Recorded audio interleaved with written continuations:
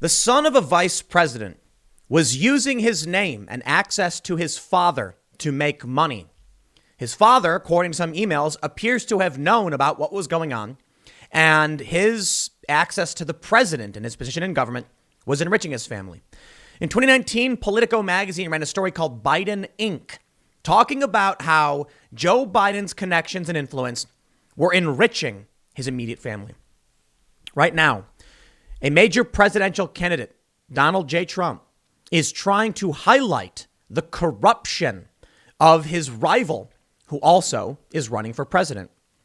The Twitter account, one of the best ways the Trump campaign can reach the American people and warn them about this crooked 47-year incumbent, crony, corporatist, corrupt individual.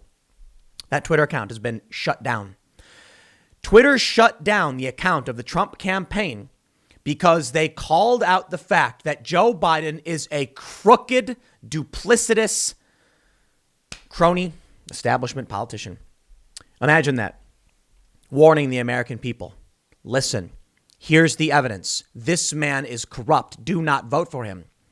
And so his allies in big tech, social media, and the media do everything in their power to shut down Donald Trump. Trump's family's far from perfect.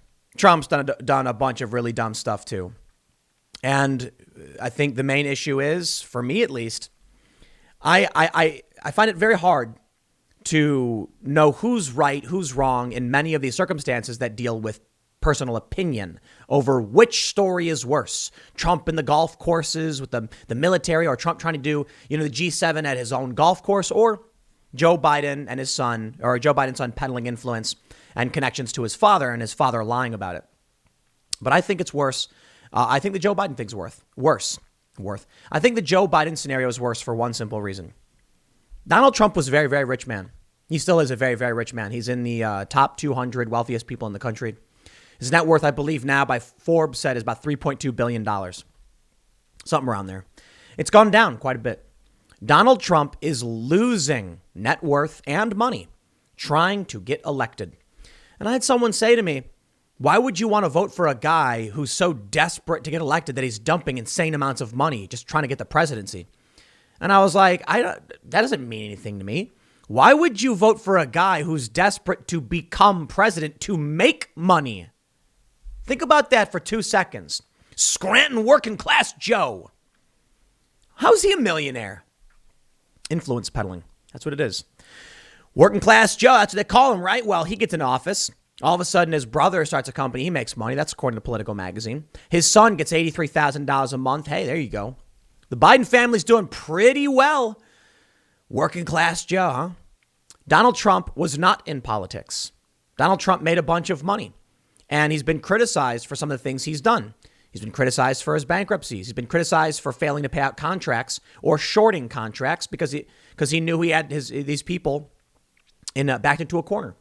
Some people say that Donald Trump is a wolf. Okay. And now he's sacrificing the wealth he's gained.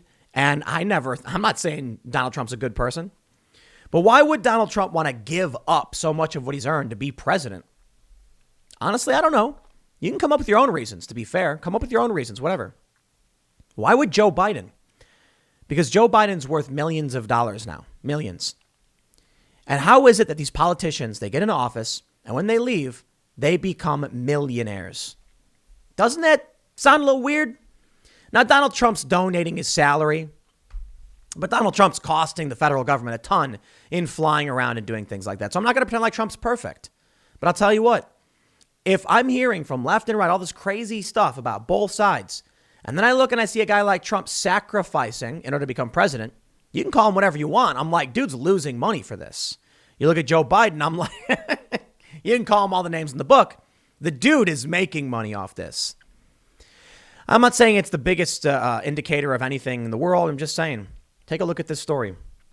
We are now above and beyond this level of depravity from mainstream media, from social media. Twitter locks Trump's campaign account for posting Biden Ukraine story after shutting down press secretary Kayleigh McEnany despite apology from Jack Dorsey. There's another story I'm going to cover in the next segment. More emails are being released by the New York Post, and it runs deep, the corruption of the Biden family. And Twitter is once again already censoring this information. So let me make this very clear for you. Evidence has emerged that Joe Biden is crooked. And evidence has been coming out for quite some time. Republicans in the Senate Judiciary, I'm sorry, this is the House.gov, government website, censored on Twitter. The press secretary for the White House, censored on Twitter.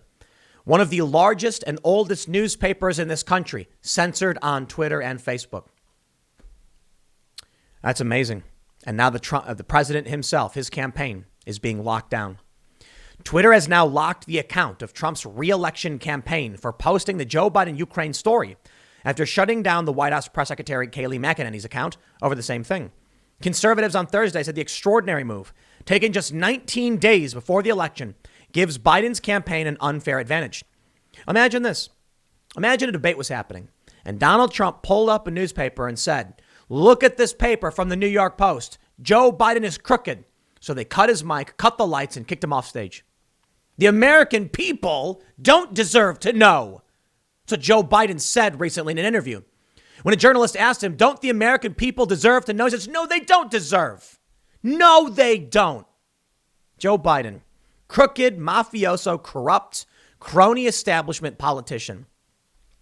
I'm not a fan of Donald Trump for the most part, but I'm going to vote for him for a lot of reasons. I've mentioned this several times. I'm not here to play games where I'm going to say Trump's the best, Trump's perfect. I absolutely do not think that's true. But I'm not going to sit here when social media is actively cheating to help the Democrats win. That's what I'm angry about. I'll tell you what, you want to complain about Trump? Hey, put a kettle of tea on and I'll sit down and we can talk all about it. And I can tell you the things I like and the things I don't like. All right. His first 2 years were bad. I mean, the economy was great, but John Bolton, come on. And he's done a lot better. But man, the dude's got a mouth, among other things. Joe Biden, crooked, crony, establishment, crackpot. You want to sit down and have a conversation? We can rag on them all day and night. But if you come to my house and you tell me the orange man is bad, and I say I'm listening, and then I say I also heard the crazy crackpot is bad, and you go, shut your mouth. I'm going to say, whoa. I'm having a conversation here. You see, the problem is the big tech oligarchs got it in the bag. They're setting up Joe Biden to win. They've been cheating the whole time. They have been cheating the whole time, from Bernie Sanders till today. Broken mail-in voting backfiring in their faces, shutting down the president's campaign account. And I'll tell you what, man, we've all seen it coming. And if this is what happens if Joe Biden wins. Imagine this stuff tenfold. Imagine all the negative stories that'll make Joe Biden look bad, all of his scandals, all of the things. Nah, that's fine. Joe Biden can do no wrong, they say. They don't care. You see, the thing is, you got a lot of people who are making money off these free trade agreements, international deals, and, crooked money, storing money in foreign countries. Anybody remember the Panama Papers? Well, Donald Trump started changing things. Tariffs, peace agreements, border security, bringing back jobs. And that threatened the bottom line for a lot of these crooked, crony crackpots. In comes Biden. In comes big tech. They're here to save the day and make sure that their interests and their money in the bank is secure. Well, I got an update for you. You see, the Senate Republicans on Twitter said, "See you soon, Jack." And now we got the breaking news. Josh Hawley tweeting, "Pleased to announce the full Judiciary Committee will vote on subpoena to Twitter and Jack on Tuesday. That subpoena should include Facebook." Bravo, good sir. I'm glad to hear it.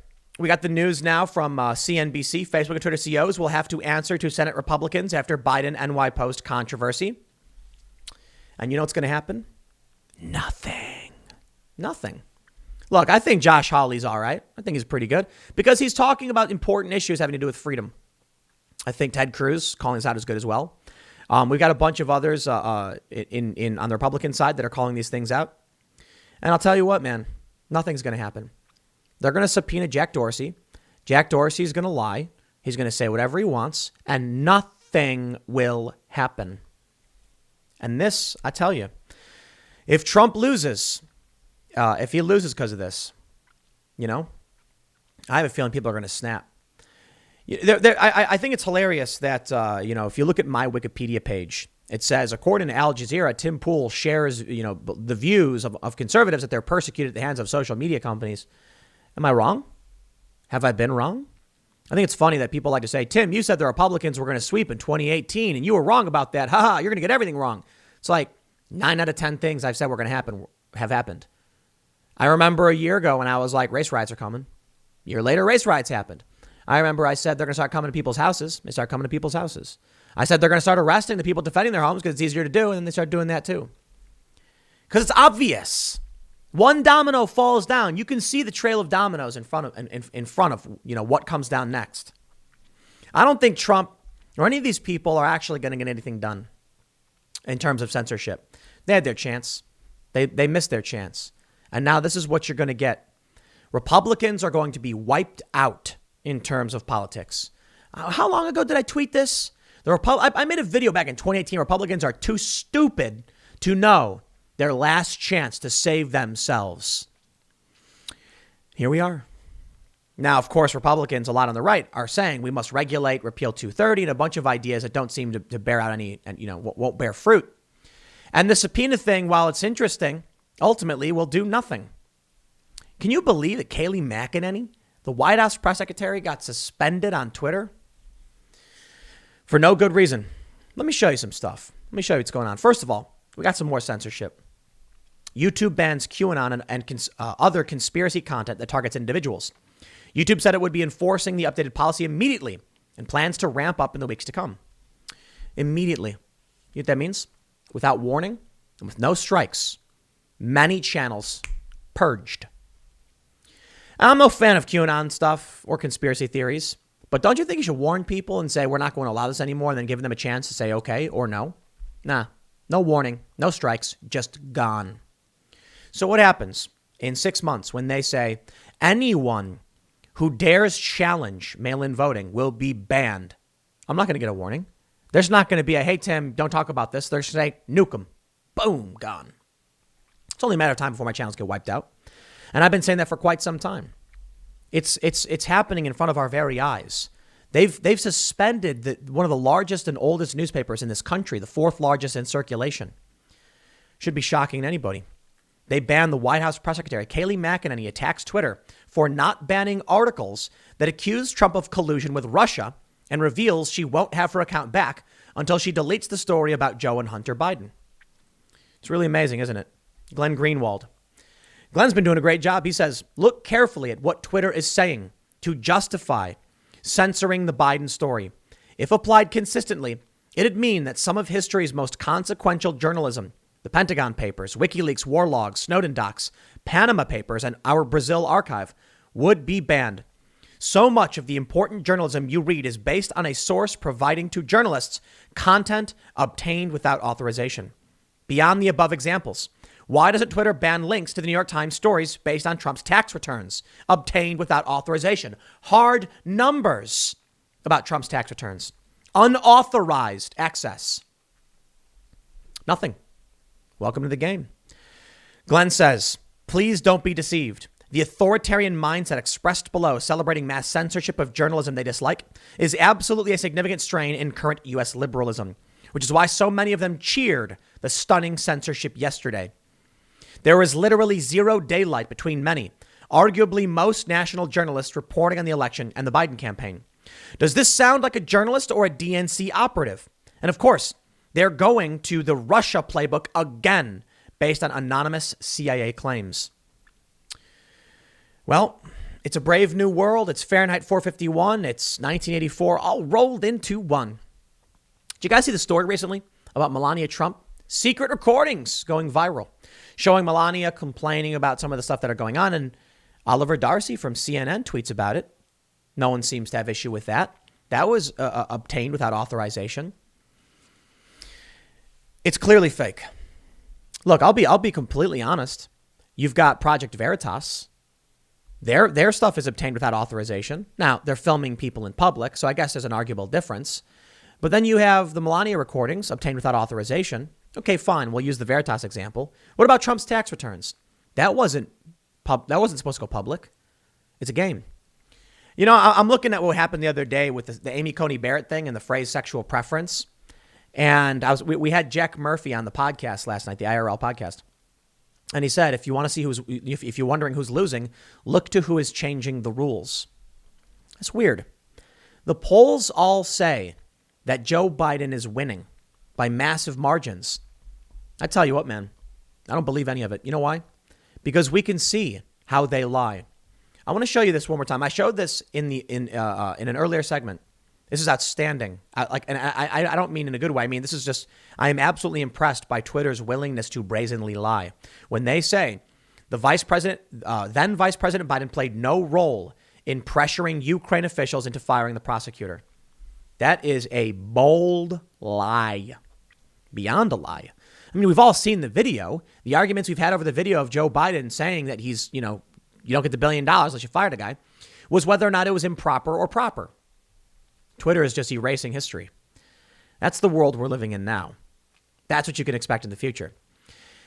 If these media companies are willing to put out lies so obvious, is it possible the pollsters are lying? Yeah. Now, I would say Rasmussen probably isn't, but they're showing Trump is doing fairly bad. Fairly, not the worst. And there are some other polls that are showing Trump doing bad as well that we trust. And there are some polls that are saying Trump is doing well. I think the polls are just nonsense at this point. If they're willing to lie about this, why would I trust that they're giving us real results? Why wouldn't they just make up poll results and tell us Biden's going to win to convince everyone Biden's going to win? I got to be honest. I can't actually imagine a scenario where Joe Biden wins. I can't. I mean, I know what 538 said. He's favored, 19 out of 22 scenarios. He wins. I can't see it. I can't. Can you imagine fumbling, bumbling Joe? Nah. I can barely imagine Trump as president, but Joe Biden's worse. I'll throw it back to Johnny Rotten, legendary punk rocker who said he voted for Clinton in 2016. He's voting for Trump now because Joe Biden's just not there. Look, there's a lot of problems with Trump, a lot. And Trump's got his diehards that will support him no matter what. And Joe Biden's got his anti-Trump people that would vote for a log, a stump in a swamp if it meant beating Donald Trump. They'd vote for a jelly donut or a ham sandwich. Joe Biden's got those people. Just play fair. That's all I ask. You want to rag on Donald Trump? We can rag on Donald Trump all day and night. But play fair. They're not. That says to me, Joe Biden's losing. I think so. What's funny is we got another story coming up, and I've got to dig into the details, but Hunter Biden, more emails coming out from the New York Post, peddling influence to China to make money off his name and access to his father. Twitter is now censoring that story as well, paradoxically promoting the story. They don't know what the Streisand effect or maybe they do. Look at this. Trending in the U.S., Eric Trump's Ukraine scandal. All right, let's play. What's Eric Trump visited Ukraine in 2014 and nobody knows why. Why is this story allowed to go viral? Why are they allowed to say in rebuttal to the story about Joe Biden that you've already suppressed, we can put out unhinged conspiracies? Why? Scott Dworkin says, here's video of Eric Trump in Ukraine over a decade ago. What was he doing there? Was he paid to be there? If so, by who? Was anyone from the Ukrainian government there? Did he do meetings outside this event? So many questions. 2,300 retweets. You see how the game is being played? When the New York Post publishes a story that makes Joe Biden look bad, they block it. When people then respond to the outrage by claiming it's the Trumps who are bad, Twitter allows it. Twitter is evil. Facebook is evil. This is what happens when you get unfettered, unregulated mass corporate power. This is why I've never been a laissez-faire capitalist. Because I've read the stories about, the Cuyahoga River bursting into flames. Yeah, then we decided to regulate what you can put in the water because you were starting it on fire, and that's kind of crazy. Now you have big tech actively saying people who support Trump are banned and people who criticize Trump are promoted. Where do you think where do we go from here? What's the next step in this? What's the next escalation? I can't imagine it getting much worse than this. I mean, they suspended, they locked out the New York Post, the press secretary, the house.gov website. I'll tell you what, man. You want to subpoena Jack Dorsey? Go for it. Is that going to do anything? No. Our politicians are pathetic. They're weak. And I'll tell you this. Jesse Kelly tweeted the right has lost the culture war. Or he said we lost the culture war. Liberalism.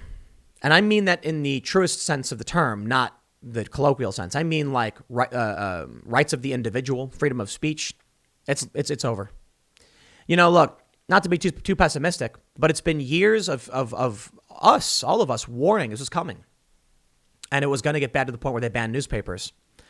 We're 19 days away from an election. And if Joe Biden wins, that's it. This is the last rallying, the last ride of the free speech, individualist, classical liberals, social liberals, the true American spirit of freedom. It's the last ride. And if those who believe in free speech and fair media and honest media, if we do not win in November, that's it. It's over. Joe Biden and the Democrats taking the Senate, they'll start passing laws. They'll ban hate speech. It'll be chaos. And I'm worried about, you know, when you see a story this shocking, they've banned the Trump campaign itself. Suspended, I'm sorry. What do you think people are doing right now? What do you think they're thinking about? I think people are now seeing just how bad things are getting. I hope it's enough to get people to wake up, make a change before it's too late. I'll see y'all at 4 p.m. in the next segment. Thanks for hanging out.